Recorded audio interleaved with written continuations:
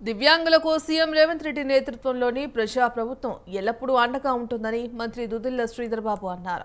జయశంకర్ భూపాలపల్లి జిల్లా మహదేవ్పూర్ మండల కేంద్రంలో దివ్యాంగులకు ట్రై సైకిళ్లు, ఇతర ఉపకరణాలను పంపిణీ చేశారు.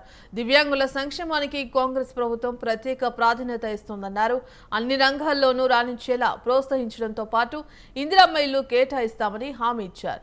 ఇక గాడి తప్పిన ఆర్థిక వ్యవస్థను సరిదిద్దుతూనే ఎన్నికల్లో ఇచ్చిన ప్రతి హామీని నెరవేర్చేందుకు కృషి చేస్తున్నామన్నారు శ్రీధర్ బాబు.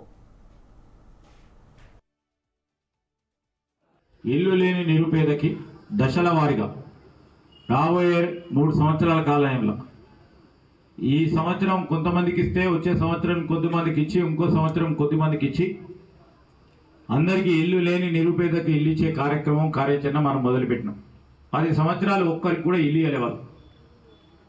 మనం ఇల్లు ఇస్తాం, ఒకరి తర్వాత ఒకరికి ఇచ్చే కార్యక్రమం చేస్తాం. ఎవ్వరు కూడా ఆందోళన పెట్టదు. రెండోది కూడా చెప్తా ఉన్నాం అనేక సందర్భాల్లో, ఇల్లు లేనోళ్ళకే దొరుకుతుంది కనుక ఇల్లు ఉన్నోళ్ళకు అడిగి లేదనిపించుకోకుండా ఉండాలి.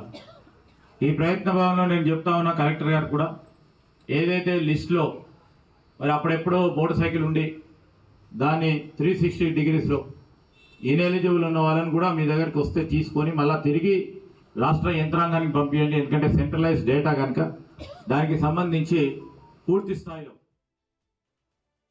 అప్డేట్ చేయాల్సి ఉంటుంది కనుక వెంటనే ఆ ప్రక్రియను కూడా పెద్ద ఎత్తున తీసుకెళ్ళి